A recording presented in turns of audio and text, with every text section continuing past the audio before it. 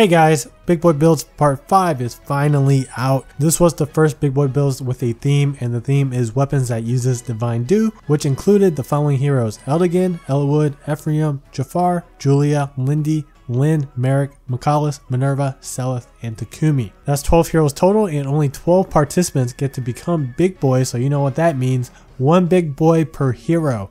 It was actually really difficult trying to pick the most interesting build for each hero because most of them were really similar. There was a lot of great builds, so after I show off the most interesting build for each hero, I'll show you guys the honorable mentions and some cookie cutters. I'm going to go in alphabetical order, so Eldigan all the way down to Takumi. Alright, so Icy Widow's Eldigan seemed the most interesting out of the bunch. It has Reposition, Draconic Aura, Distant Counter, Sword Breaker, Home Cavalry, and Distant Defense. Without buffs, Eldigan is a bit fragile on the magical bulk side of things because he only has 27 speed and 22 resistance, so he can't really bait that many mages aside from maybe greens. What he can tank though are physical ranged units like bow and dagger units. He has Home Cavalry equipped, so maybe he has a teammate that has 4 or 5 cavalry buffs for him. With 4 or 5 cavalry buffs, his resistance will increase to 28 and 34 with Distant Defense 3, which is pretty high, so maybe then he can take one hit from some kind of mage and one-shot them on the counter attack. Swordbreaker is a nice B slot for Eldigan since he's rather slow, so he'll need it to double those fast sword units. I know a lot of people dislike Fury with Breaker or Quicker Post, but it's actually not that bad for Arena.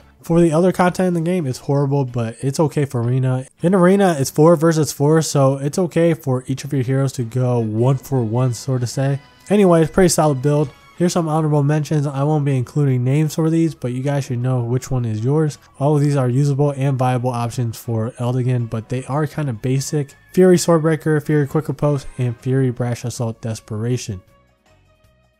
Next up is Dr. Phil's Eliwood, Moonbow, Fury, Windsweep, Defense Ploy, and Phantom Speed. This build seems like it's going for a one-shot build with the extra attack from Blazing Durandal, the defense debuff from Defense Ploy, and of course Windsweep, which prevents the user from doubling. Fury is kind of in a way a weird choice to go along with Windsweep since the enemy cannot counterattack, therefore Eliwood just takes free chip damage, but it is a good pairing to use alongside with Defense Ploy for the extra resistance. It's also not bad if there are any Wings of Mercy allies on team. When Eliwood chips his own HP low enough, an ally with Wings of Mercy can teleport next to him and do whatever it needs to do. It's actually the first time I've seen Windsweep on Eliwood. Not really my cup of tea, but the synergy is there, and that's the only thing that really matters. Here's some other viable builds for Eliwood. Really standard stuff. It's either Fury or Life and Death with Desperation. Nothing wrong with these builds, they're all great. Next is Brennan's Ephraim with Rally Defense Resistance, Aether, Attack Defense Bond, Quicker Post, Drive Speed, and Panic Ploy Sacred Seal. So what I recommended in my build video was Sturdy Blow. Attack Defense Bond is a better option than Sturdy Blow since it works on both phases. And with Ephraim's upgraded Sigmund and Quicker Post together, he can double on both phases. A lot of players run attack buffs in Arena as well, so Panic Ploy is there to revert those buffs so Ephraim receives even less damage. Brennan sent this build in before the Heavy Blade seal, so maybe he uses that seal now instead. But even though this build doesn't have Heavy Blade seal to reduce Aether's cooldown, I think it's reasonable to still run Aether as long as he doesn't pick fights that he cannot win. Here's some honorable mentions. The one on the left is what I would recommend. It's sort of the same one as the one in my video. And the one on the right is the build that another YouTuber showcased, I believe. And here's some other Ephraim builds. Here's a pretty cool Jaffar build from Luke. It reminds me of Lubu's Jenny build, if you know what I'm talking about. So what you basically do with this build is first get him down to vantage range either from naturally fighting or by using reciprocal aid. Then chip enemies down really low, and then on the enemy phase they all get killed by Jaffar's vantage when the enemies try to attack him. That's really all there is to it. It's a really nice set. Some other builds were just the standard Life and Death Poison Strike chipping builds. Here's Julia from Chandra, Divine Naga, Iceberg, Fury, Bowbreaker, and DD3 Seal. It isn't too interesting, but it gets the job done. It's an anti-meta set that counters the strongest version of Linde with Mulligear and of course the Reinhardt.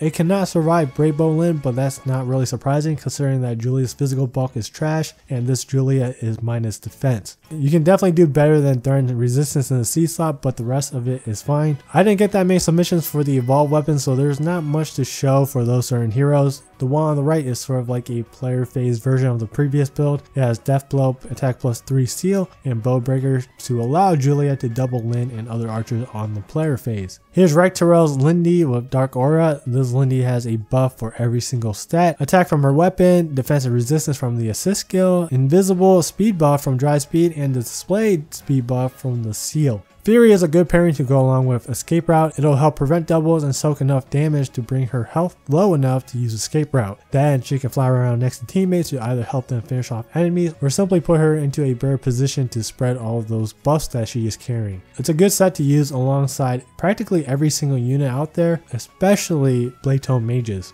Only 2 submissions for Linde, so here's the other one. This lands from Al Soth. It is definitely the most interesting one out of the bunch, but it's certainly not quote-unquote optimal. Miracle goes down to a 2 charge cooldown because of the Shield Pulse and Quicken Pulse. So what I think this build is supposed to do is that Miracle's initial 2 charge is supposed to help Linde survive at 1 HP obviously. So it's a way to get her safely down to Soul Caddy's effect range. And then from there on, hopefully she can 2-shot enemies to death or else she'll die from a counterattack. That's why I think it does, because after Miracle activates once, it'll reset back at 5 charges. So there's really no way for her to activate Miracle a second time easily unless she gets healed up or if she gets a few charges off of some ranged enemies. If you want to, feel free to explain your builds in the comments below. Here's some honorable mentions. Fury, Wrath, and Defense Blade is what I recommended in my builds video, so there's that. There's also a couple of nice Brazen Wrath builds. Brazen Attacking Speed is a very powerful skill in Linde, but I still kind of like Fury to go along with Defense Blade. And here's some other viable Linde builds that were submitted.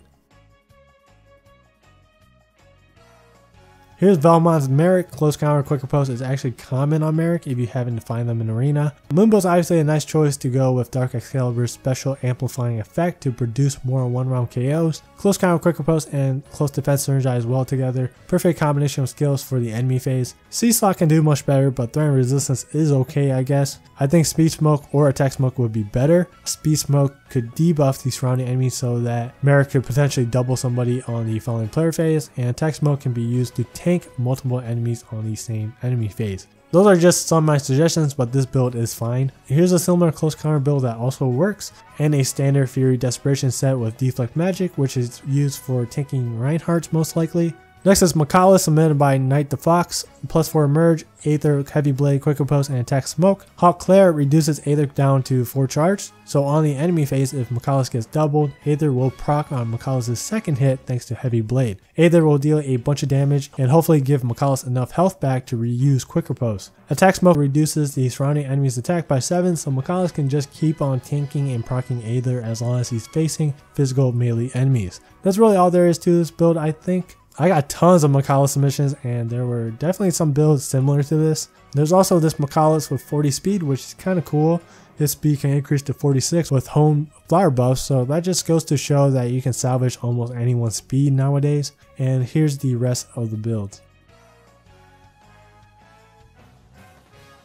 Next is Minerva, Noontime Distant Count Renewal, and Deflect Magic 3. So what I'm thinking is obviously a Reinhardt counter. Then Soul would be better because Soul goes down to 2 charges, which means that after Reinhardt attacks twice with his Brave Tome, then Minerva can counterattack with a Soul activation. Noontime is of course better when she's against other blue mages though, since it'll be at a 1 charge cooldown and she'll proc Noontime on the counterattack. Threat and speed I think is to prevent melees from doubling her, that way she doesn't take too much damage and she'll activate Noontime on the counterattack to regain some HP. Here's some other viable builds. The Earth Boost Dragback one may seem kind of weird to some of you guys, but Armor Blow plus Dragback was something I would recommend as a budget set a long time ago. It's not great for 1-round KOing, but the purpose of the build was to reduce as much damage as possible when the unit initiates, and then drag the enemy back towards your team so a teammate can finish them off. Earth Boost works the same way. Seliph had a bunch of interesting builds, but this is the one that caught my eye. Sacred Cowl, Stay Breath, Shield Pulse, Infantry Pulse, and Deflect Magic 3 Sacred Seal. Seliph already has a lot of defense and the rest of his kit is to help him tank mages. Shield Pulse lowers Sacred Cowl's special from 2 to 0.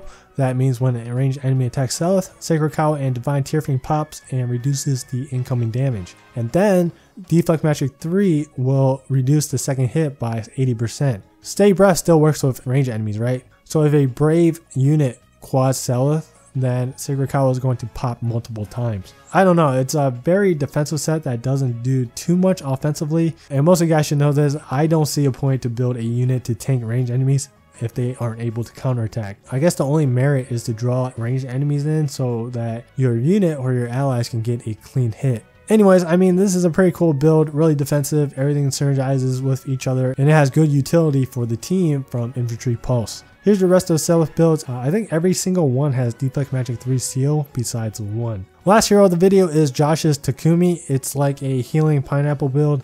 Breath of Life actually has some synergy with his weapon. He can teleport adjacent to an ally, attack an enemy, which then heals the ally that he teleported to. Darting Blow helps him double. Ardent Sacrifice is another healing option if there's no enemies in range, I guess. Teleport next to somebody, then use Ardent Sacrifice. If he drops low in HP, then he can teleport to an adjacent ally with Escape Route. Not really a build made for Arena, but it's aight for PvE content. And here's a couple of other Takumi builds.